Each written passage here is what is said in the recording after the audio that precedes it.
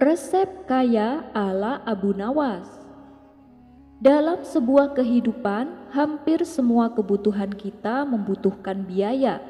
Itulah mengapa kita harus bekerja mencari rezeki untuk memenuhi kebutuhan kita, termasuk Abu Nawas dan juga orang-orang pada zamannya. Walaupun terkenal dengan kehidupannya yang sederhana dan biasa-biasa saja secara ekonomi, bukan berarti Abu Nawas tidak tahu cara menjadi orang kaya. Bahkan sudah sering dia mendapatkan hadiah pundi-pundi uang dari Baginda Raja. Tapi sesering itu juga ia menyedekahkan sebagian besar hadiahnya kepada yang lebih membutuhkan. Dan di kisah kali ini kita akan diberikan tips oleh Abu Nawas bagaimana caranya menjadi orang kaya. Ya minimal menjadi orang yang berkecukupan. Berikut kisah lengkapnya. Suatu hari Baginda Raja memerintahkan semua menterinya untuk berkumpul di istana. Setelah semua menterinya berkumpul, Baginda Raja lalu menyampaikan maksudnya. Kalian semua aku undang ke sini karena ada beberapa hal yang ingin aku sampaikan. Yang pertama, aku mengucapkan terima kasih kepada kalian karena selama ini kalian telah bekerja keras ikut membantu mengurus negeri yang kita cintai ini. Dan yang kedua, hari ini adalah hari jadi negeri kita. Jadi, sebagai rasa terima kasihku, kalian semua akan mendapatkan hadiah, kata Baginda Raja menjelaskan. Mendengar hal itu, para menteri istana bersorak kegirangan. Terima kasih Paduka yang mulia, kata salah satu menteri. Di tengah suasana kegembiraan itu, tiba-tiba salah satu menterinya bertanya, Paduka yang mulia, bukankah Abu Nawas juga sering membantu menangani masalah yang ada di dalam negeri kita? Dia juga sering menghibur Paduka, tapi kenapa dia tidak diundang? Seketika Baginda Raja tersadar. Ia hampir saja melupakan seseorang yang sangat ia kagumi akan kecerdikannya. Wah, terima kasih menteriku, hampir saja aku lupa, balas Baginda Raja. Kemudian Baginda Raja memerintahkan beberapa pengawal untuk segera memanggil Abu Nawas. Dan tidak berapa lama datanglah Abu Nawas ke istana menghadap Baginda Raja. Sesaat Abu Nawas sempat terkejut karena yang ia lihat tidak seperti biasa. Seluruh menteri istana berkumpul tanpa ada satu orang pun yang tak hadir. Ampun Paduka yang mulia, ada gerangan apa Paduka memanggil saya? Sepertinya ada masalah yang serius ini, tanya Abu Nawas. Oh tidak Abu Nawas, gak ada masalah apa-apa. Justru ini adalah hari yang penuh kebahagiaan, balas Baginda Raja. Alhamdulillah kalau begitu Paduka, tapi ada tujuan apa saya dan semua menteri istana diperintah menghadap Paduka? Tanya Abu Nawas kembali. Baginda Raja lalu memberitahu bahwa Baginda Raja akan memberi hadiah kepada menterinya, termasuk Abu Nawas. Hadiah yang akan dibagikan tersebut sebagai wujud terima kasih Baginda Raja kepada orang-orang yang telah berjasa ikut andil mengurus negeri dan rakyatnya. Kemudian Baginda Raja mengajak Abu Nawas dan semua menterinya memasuki ruangan besar yang penuh dengan perhiasan emas. Sekarang kuhadiahkan kepada kalian sebuah kebebasan sampai waktu yang telah aku tentukan. Silahkan peganglah apa yang diinginkan kalian yang ada di dalam ruangan ini, dan itu akan menjadi milik kalian, teriak Baginda Raja. Spontan para menteri berhamburan mencari sesuatu yang mereka senangi. Masing-masing berebutan untuk menyentuh perhiasan yang paling besar agar bisa dimilikinya. Sedangkan Abu Nawas sendiri hanya terdiam. Ia sama sekali tidak ikut memperebutkan hadiah. Ia tetap berdiri di samping Baginda Raja. Melihat hal itu, tentu Baginda Raja menjadi heran. Loh Abu Nawas, kenapa kamu diam saja? kamu nggak butuh hadiah emas? Tanya Baginda Raja. Ditanya seperti itu, Abu Nawas justru cengengesan sambil terus menatap Baginda Raja.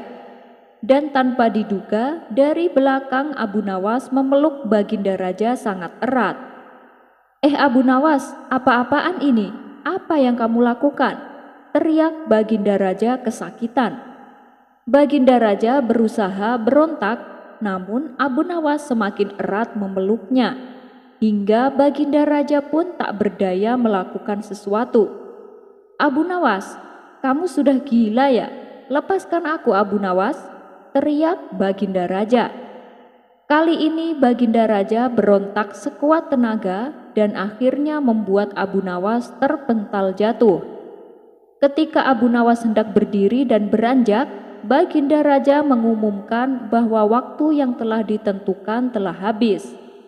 Dari seluruh menteri terlihat masing-masing memegang beberapa perhiasan emas yang berhasil mereka dapatkan. Emas yang ada di tangan kalian sepenuhnya adalah milik kalian. Silakan dibawa pulang, kata Baginda Raja. Maka satu persatu para menterinya mohon diri pamit pulang. Begitu juga dengan Abu Nawas. Ia mohon pamit kepada Baginda Raja. Tunggu Abu Nawas, kamu jangan pulang dulu. Aku masih ada urusan sama kamu, ucap Baginda Raja. Baginda Raja lalu menanyakan kepada Abu Nawas perihal tingkah anehnya yang tiba-tiba memeluk dirinya. Sebelumnya, maaf Paduka yang mulia, semua menteri Paduka adalah orang-orang yang bodoh. Mereka lebih memilih beberapa harta Paduka. Padahal jika mereka memilih Paduka, niscaya mereka akan memiliki semua harta itu. Aku melihat semua harta Paduka sangat aku sukai, hingga rasanya sayang sekali jika aku hanya memilih salah satunya. Maka aku memeluk Paduka agar Paduka menjadi milikku dan aku bisa memiliki semuanya, kata Abu Nawas menjelaskan.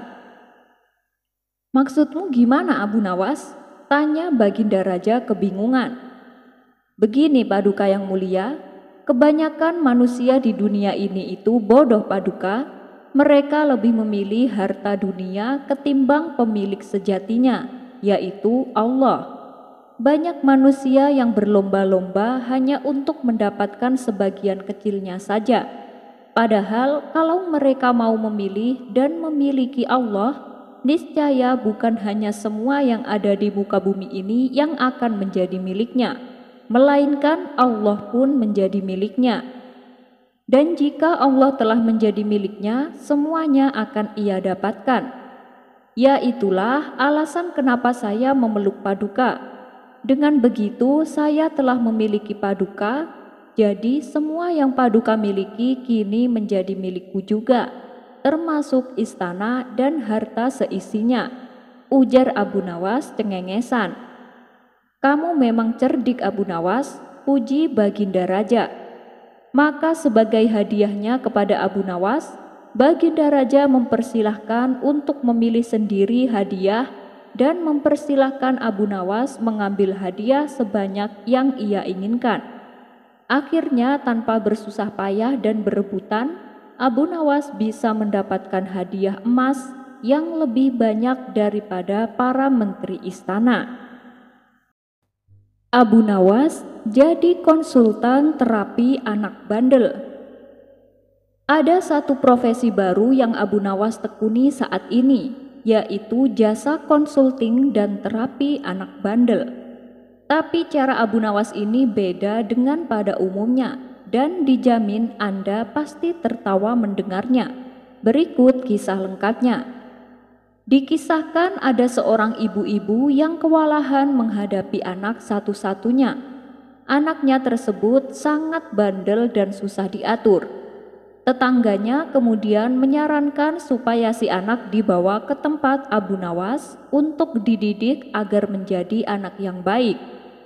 Karena sudah lelah memikirkan caranya, akhirnya si ibu itu langsung berangkat mengantarkan anaknya ke rumah Abu Nawas. Sesampainya di sana, si ibu tersebut mendapati Abu Nawas sedang dalam masalah.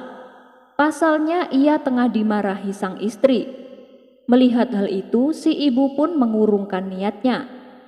"Sepertinya ini bukan waktu yang tepat. Lebih baik aku pulang saja," ucap si ibu dalam hati. Namun ketika ia melangkahkan kakinya hendak meninggalkan rumah Abu Nawas, tiba-tiba ada suara yang memanggilnya. "Hei ibu, jangan pergi dulu, kemarilah," teriak Abu Nawas.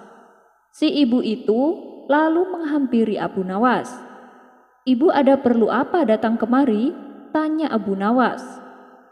"Begini tuan, memang saya ada perlu, tapi rasanya ini bukan waktu yang tepat tuan," jawab si ibu merasa tak enak. "Gak apa-apa, katakan saja, istriku memang begitu," cerewetnya na'udzubillah. "Jadi gak usah kaget bu," balas Abu Nawas. Kemudian ibu tersebut mengadukan permasalahan tentang anaknya yang bandel dan susah diatur. "Tolonglah Tuan Abu, anak ini supaya ditakut-takuti sedikit, karena nakalnya membuatku sangat kewalahan tuan," ucap si ibu. "Oh begitu, baiklah mari ikut aku," ajak Abu Nawas. Kemudian ibu dan anaknya itu diantar ke ruangan tempat biasa Abu Nawas mengajar. Disitulah Abu Nawas memanfaatkan kesempatan untuk meluapkan kekesalannya atas sikap sang istri yang barusan memarahinya. Dengan wajahnya penuh amarah, Abu Nawas memelototi si anak. Nafasnya terengah-engah seolah menahan emosi. Kemudian tubuhnya jungkir balik dan melepaskan tinju ke meja hingga mengeluarkan suara keras. Melihat perilaku Abu Nawas yang demikian itu membuat si ibu ketakutan dan akhirnya jatuh pingsan. Sementara anaknya hanya bengong menyaksikan kejadian itu. Akan tetapi Abu Nawas tetap melanjutkan aksinya. Ia pun melompat keluar ruangan dengan menabrak pintu. Tidak lama kemudian, setelah si ibu itu siuman, Abu Nawas kembali menemaninya. Terbata-bata, si ibu berkata, "Tuan Abu, aku minta tuan menakut-nakuti anak saya, bukan saya." Dengan entengnya Abu Nawas menjawab, "Ibu harus tahu, bahaya itu tidak mengenal siapapun.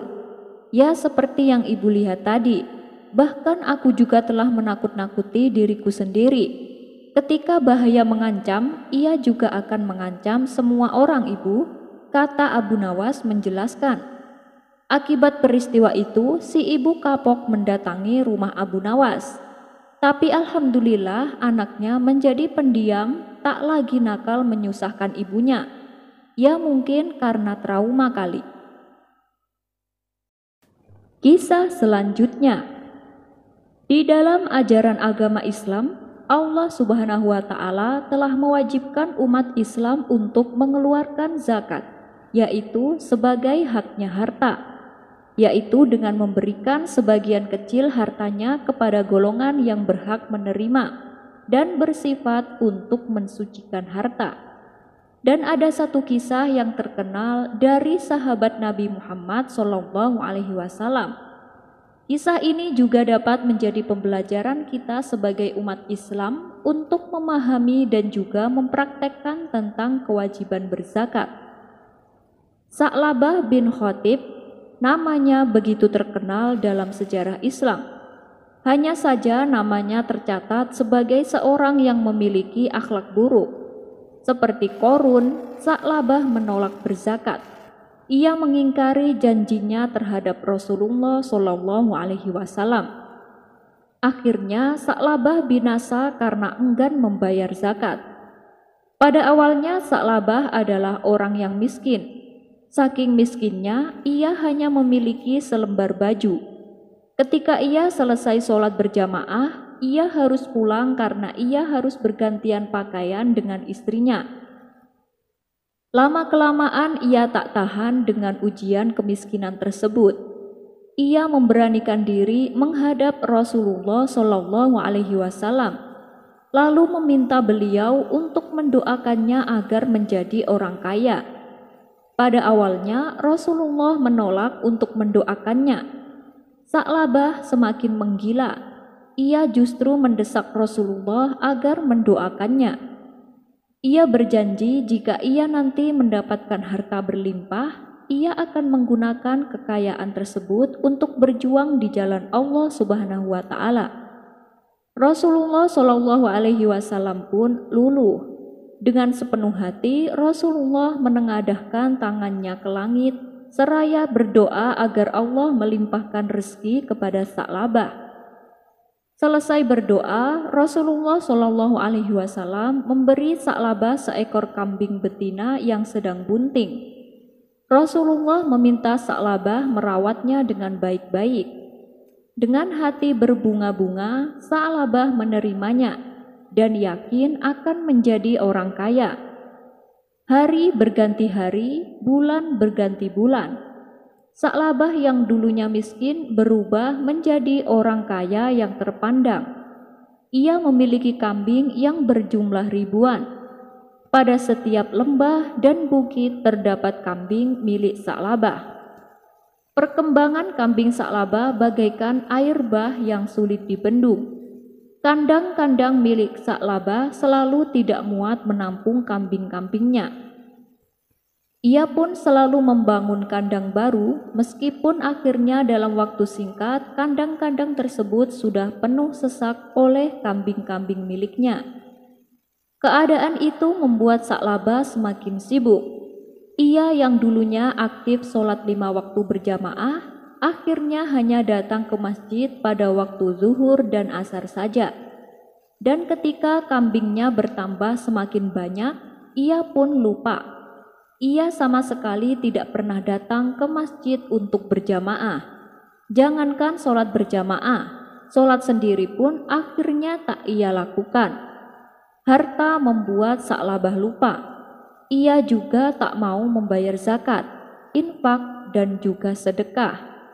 Ia beranggapan bahwa zakat hanya akan membuat hartanya berkurang. Ia merasa bahwa harta tersebut hasil jerih payahnya, bukan hasil kerja orang lain. Rasulullah Shallallahu Alaihi Wasallam berulang kali mengutus seseorang untuk mengambil zakat dari Sa'labah, tapi berulang kali juga Sa'labah berulang kali tak membayarnya. Akhirnya Rasulullah Shallallahu Alaihi Wasallam pun membiarkannya. Sampai suatu ketika turunlah 2 ayat dari surat At-Taubah, yaitu ayat 75 dan ayat 76, yang isinya menyindir orang-orang yang awalnya berjanji akan menyedekahkan hartanya jika diberikan kekayaan. Tetapi ketika kekayaan itu dimiliki, ia berpaling dan mengingkari janjinya. Sa'labah yang tahu perihal ayat tersebut dari kerabatnya tergopoh-gopoh menghadap Rasulullah Shallallahu Alaihi Wasallam. Ia meminta Rasulullah agar menerima zakatnya, akan tetapi gantian Rasulullah yang menolaknya. Hingga Rasulullah wafat, beliau tetap menolak zakat Sa'labah. Ketika Abu Bakar menjadi khalifah, Sa'labah datang kepadanya. Ia hendak membayar zakat. Abu Bakar juga menolak zakat Sa'labah dengan dalih Rasulullah saja tak mau menerima zakat darinya, apalagi Abu Bakar. Dan Abu Bakar pun wafat tanpa mau menerima zakat dari Sa'labah. Saat Umar bin Khattab menjadi khalifah menggantikan Abu Bakar, Sa'labah juga datang kepadanya. Ia berniat membayar zakat. Umar bin Khattab juga menolak zakat dari Sa'labah. Ia mengatakan bahwa Rasulullah Shallallahu Alaihi Wasallam tidak mau menerimanya dan juga Abu Bakar tidak mau menerimanya. Bagaimana mungkin Umar akan menerimanya? Dan sampai Umar wafat pun tidak mau menerima zakat Sa'labah. Demikian juga Utsman bin Affan yang didatangi Sa'labah setelah menjadi khalifah. Utsman juga menolaknya dengan dalih bahwa Rasulullah Shallallahu Alaihi Wasallam, Abu Bakar, dan Umar mereka semua menolak zakat Sa'labah. Mana mungkin dirinya menerimanya? Akhirnya Sa'labah mati di masa kekhalifahan Utsman. Ia mati dengan su'ul khotimah karena enggan membayar zakat. Pelajaran yang bisa dipetik dari kisah Sa'labah ini ada dua. Yang pertama, jika kita sebagai orang miskin, maka bersabarlah. Dan yang kedua, jika kita sebagai orang kaya, maka bersyukurlah. Semoga jika diberi kekayaan oleh Allah Subhanahu wa Ta'ala, kita senantiasa bersyukur dengan cara berbagi kepada sesama, membayar zakat, infak, dan juga bersedekah. Sebagai umat Islam, umatnya Rasulullah SAW, bagaimana perasaan kita seandainya kita dibenci oleh sahabat Utsman, dibenci sahabat Umar, dibenci sahabat Abu Bakar, dan juga dibenci oleh Rasulullah SAW? Berpikirlah dan semoga bermanfaat. Wallahu a'lam bishawab. Lolos dari fitnah Abu Jahil. Dikisahkan, suatu hari Abu Jahil dan kawannya kedapatan mabuk minuman keras di pinggir jalan. Beberapa prajurit kerajaan langsung menangkapnya dan dibawa ke hadapan Baginda Raja. Abu Nawas yang kebetulan melintas di tempat itu juga ikut ditangkap oleh pengawal kerajaan. Mereka mengira Abu Nawas itu bagian dari tongkrongan Abu Jahil. "Hei, ada apa ini? Kenapa saya tiba-tiba ditangkap?" protes Abu Nawas. "Sudah, pokoknya kamu harus ikut kami. Kalau kamu mau membela diri, silakan katakan di pengadilan," jawab si pengawal. Singkat cerita, ketiganya pun dibawa ke istana dan dihadapkan kepada Baginda Raja. Melihat pengawalnya menangkap Abu Jahil dan kawannya juga Abu Nawas, membuat Baginda Raja terkejut. "Hei pengawal, kenapa kalian menangkap mereka?" tanya Baginda Raja. "Ampun Paduka yang mulia, mereka bertiga telah melakukan kesalahan Paduka," jawab para pengawal. "Kesalahan? Kesalahan apa yang mereka lakukan?" tanya Baginda Raja kembali. "Kami mendapati mereka sedang mabuk-mabukan di pinggir jalan Paduka, lalu kami langsung menangkapnya dan membawanya kemari," jawab para pengawal. "Oh, kalau gitu kita bawa mereka ke ruang pengadilan," balas Baginda Raja. Setelah di ruang pengadilan, ketiga orang ini ditanya oleh Baginda Raja. "Apa benar yang dikatakan pengawalku, kalian bertiga kedapatan mabuk minuman keras?" Dengan wajah ketakutan, Abu Jahil berkata, "Benar Paduka yang mulia," jawab Abu Jahil. "Kamu juga Abu Nawas, kenapa kamu selalu saja bikin masalah?" tanya Baginda Raja. Mendengar itu, Abu Nawas tak terima dengan tuduhan tersebut.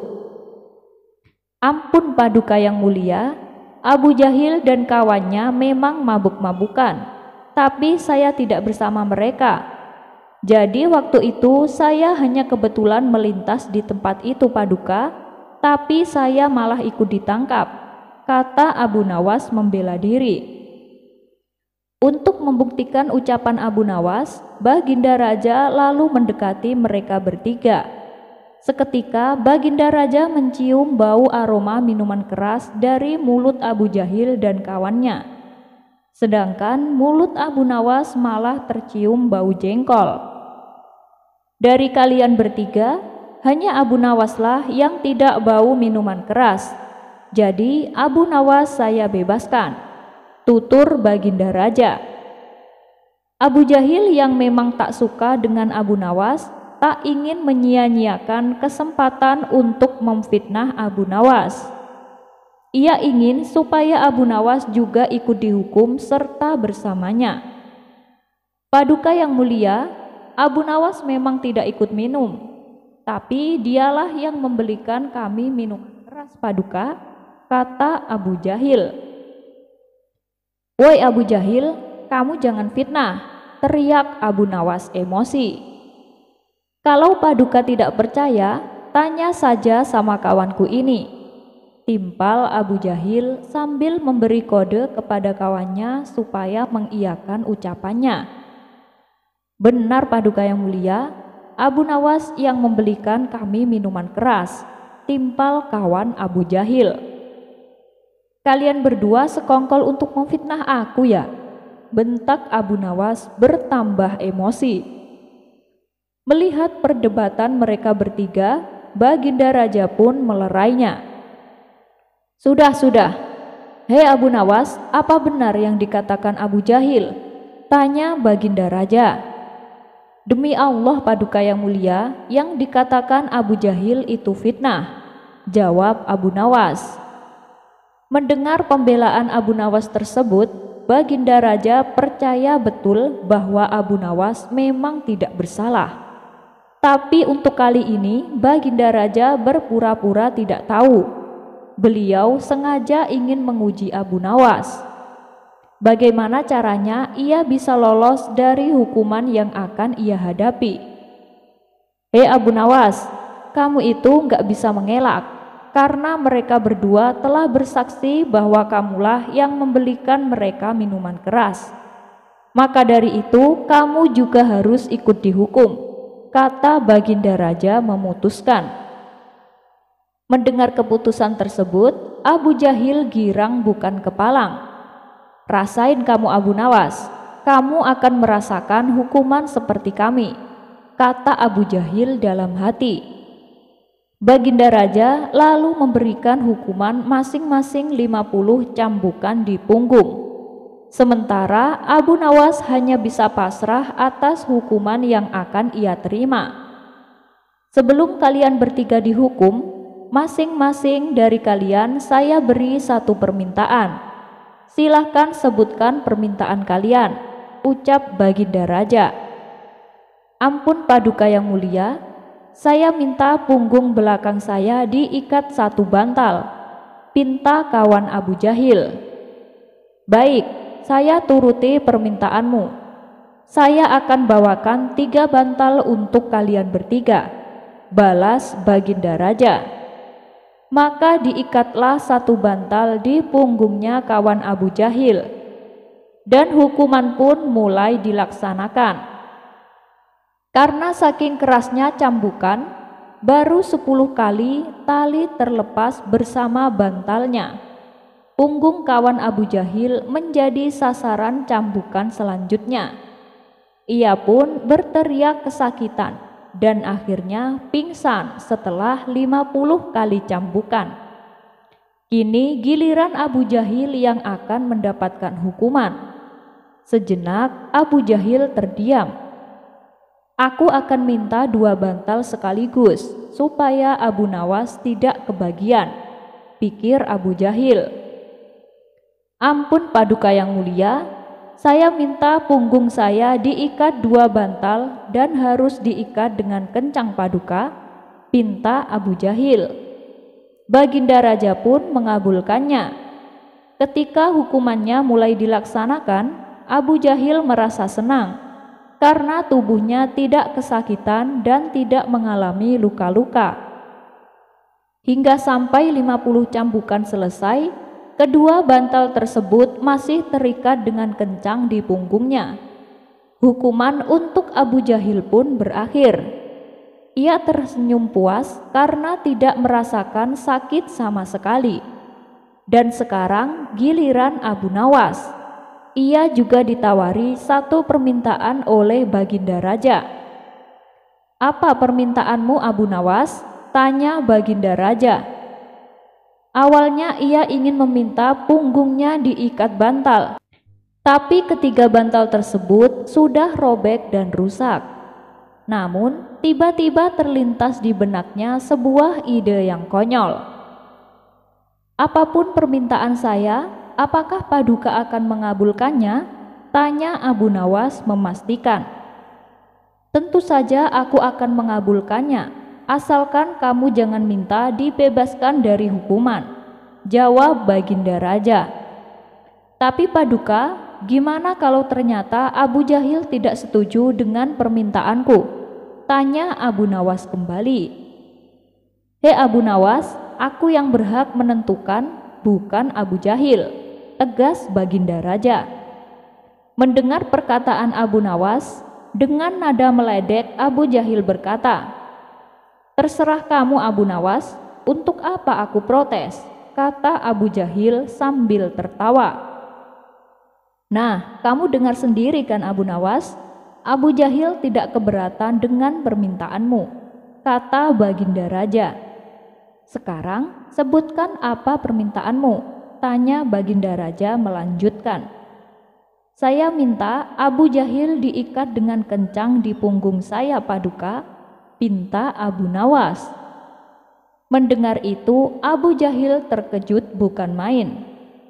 Apa-apaan kau Abu Nawas? Saya gak mau, teriak Abu Jahil yang tiba-tiba emosi. Abu Jahil, akulah yang berhak menentukan. Dan sesuai janjiku, apapun permintaan Abu Nawas akan aku kabulkan, bentak Baginda Raja. Akhirnya dengan terpaksa Abu Jahil merelakan tubuhnya diikat di belakang punggung Abu Nawas. Saat hukuman mulai dilaksanakan, dari cambukan pertama sampai cambukan terakhir, Abu Jahil terus-terusan berteriak karena kesakitan. Dan setelah hukuman Abu Nawas berakhir, Abu Jahil terlihat pingsan. Dan ketika tali ikatannya dilepas, Abu Jahil langsung jatuh tersungkur ke tanah. Sedangkan Abu Nawas masih tegap berdiri. Abu Nawas pun lalu pergi meninggalkan istana dengan wajah cengengesan. Sementara Baginda Raja memuji akan kecerdasan Abu Nawas. Sebab Abu Nawas bukan hanya bisa lolos dari hukuman, tapi ia juga bisa membuat Abu Jahil mendapatkan hukuman atas perbuatannya. Lonceng leluhur Abu Nawas. Ada-ada saja ulah Abu Jahil. Ia tak pernah henti memusuhi Abu Nawas. Setiap kali Abu Nawas membeli suatu barang, Abu Jahil merasa panas. Ia tak suka melihat Abu Nawas bahagia dengan barang baru yang dimilikinya. Pada suatu hari, Abu Nawas membeli sebuah lonceng, lalu ia tempelkan di depan pintu rumahnya.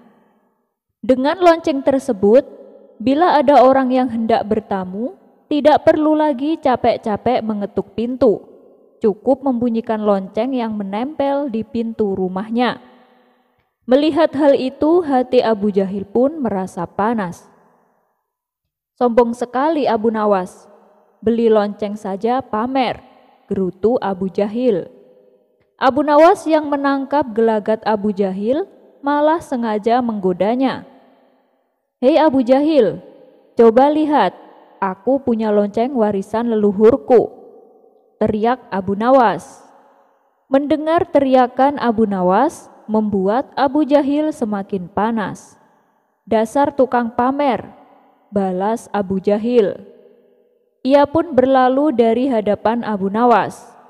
Padahal Abu Nawas sama sekali tidak ada niatan untuk pamer. Dasar Abu Jahilnya saja yang merasa dengki dengan Abu Nawas. Karena rasa dengkinya ini, Abu Jahil ingin membalas perlakuan Abu Nawas. Lalu muncullah di benak Abu Jahil niat untuk berbuat jahat.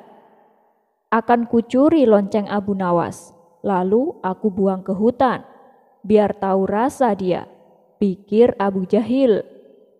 Ternyata niatan Abu Jahil ini bukan omong kosong belaka. Di saat tengah malam tiba, ia benar-benar melakukan aksi jahatnya. Dengan berjalan mengendap-endap, Abu Jahil naik ke daerah rumah Abu Nawas. Kemudian ia mendekati pintu rumah dan berusaha mencongkel lonceng yang menempel di pintu. Akan tetapi, saat loncengnya tersenggol, lonceng tersebut langsung berbunyi yang membuat Abu Nawas terjaga dari tidurnya. Woi, siapa di luar? teriak Abu Nawas. Mendengar itu, Abu Jahil langsung kabur meninggalkan rumah Abu Nawas. Kurang ajar, hampir saja ketahuan, ujar Abu Jahil. Meski hampir ketahuan, Abu Jahil tak mau menyerah. Malam berikutnya, ia kembali mencuri lonceng Abu Nawas. Kali ini ia lebih berhati-hati daripada malam sebelumnya. Dan saat ia memegang lonceng, lonceng tersebut kembali mengeluarkan suara. "Woi, siapa di luar?" teriak Abu Nawas. Mendengar teriakan Abu Nawas, Abu Jahil pun panik dan langsung kabur. Begitu juga dengan malam-malam berikutnya. Abu Jahil tak pernah berhasil mencuri lonceng milik Abu Nawas. Karena selalu gagal dalam aksinya, Abu Jahil pun memutar otak mencari cara lain. Dan lucunya, yang terbersit di benaknya adalah bertanya pada Abu Nawas. "Bukankah Abu Nawas sangat cerdik? Aku akan tanya kepadanya," pikir Abu Jahil. Maka Abu Jahil pun pergi menemui Abu Nawas. "Ada apa Abu Jahil? Tumben nih main kemari," tanya Abu Nawas. "Ini Abu Nawas, aku mau tanya sesuatu. Barangkali kamu tahu solusinya," jawab Abu Jahil. "Oh, mau tanya apa?" sahut Abu Nawas kembali. "Menurutmu, cara apa yang paling ampuh untuk mengambil benda yang berbunyi agar tidak terdengar?" tanya Abu Jahil. Abu Nawas tidak menaruh rasa curiga sama sekali. Ia tak tahu kalau benda yang dimaksud Abu Jahil adalah lonceng miliknya. Tapi Abu Nawas malah memberi solusi yang konyol. "Itu sih gampang Abu Jahil. Gini-gini, jadi saat kamu mau mengambil benda tersebut, tutup kedua telingamu dengan kapas. Pasti kamu tidak akan mendengar suara apapun," jawab Abu Nawas. Sejenak Abu Jahil terdiam. "Betul juga," kata Abu Nawas. "Kenapa tidak terpikirkan olehku?" ujar Abu Jahil dalam hati. "Terima kasih Abu Nawas atas solusinya," ucap Abu Jahil. Ia pun pergi meninggalkan Abu Nawas. Saat tengah malam tiba, Abu Jahil mulai beraksi sesuai saran Abu Nawas. Abu Jahil menutup kedua telinganya dengan kapas. Ia lalu memasuki halaman rumah Abu Nawas. Dan ketika ia mengambil lonceng yang menempel di pintu, Abu Jahil tidak mendengar suara apapun. "Yes, akhirnya aku berhasil," ucap Abu Jahil kegirangan. Namun saat ia hendak mengambil loncengnya, tiba-tiba dari belakang pundaknya ditepuk seseorang. Sontak Abu Jahil terkejut. Apalagi ketika ia menoleh ke belakang, ternyata orang tersebut adalah Abu Nawas. Aneh sekali, kenapa Abu Nawas bisa mendengarnya? Padahal aku tidak mendengar bunyi apapun. Batin Abu Jahil keheranan. Melihat tingkah Abu Jahil ini, Abu Nawas pun tertawa. Kemudian Abu Nawas membuka kapas yang menempel di telinga Abu Jahil. "Ngapain kamu mencuri loncengku?" tanya Abu Nawas. Bukannya menjawab, Abu Jahil malah kabur sambil melempar lonceng di tangannya. Tawa Abu Nawas pun kembali pecah melihat kekonyolan Abu Jahil. "Tentu saja aku bisa mendengar lonceng. Telingaku kan tidak ditutup kapas," teriak Abu Nawas. "Kurang ajar Abu Nawas, dia telah mempermainkanku," gerutu Abu Jahil. Terlepas apakah cerita ini cerita fiksi atau kenyataan, karena hikmahnya adalah barang hilang seorang muslim. Dimanapun ia menemukannya, maka dia berhak mengambilnya. Kisah selanjutnya. Dikisahkan Abu Nawas mempunyai seekor kuda yang larinya terbilang cepat.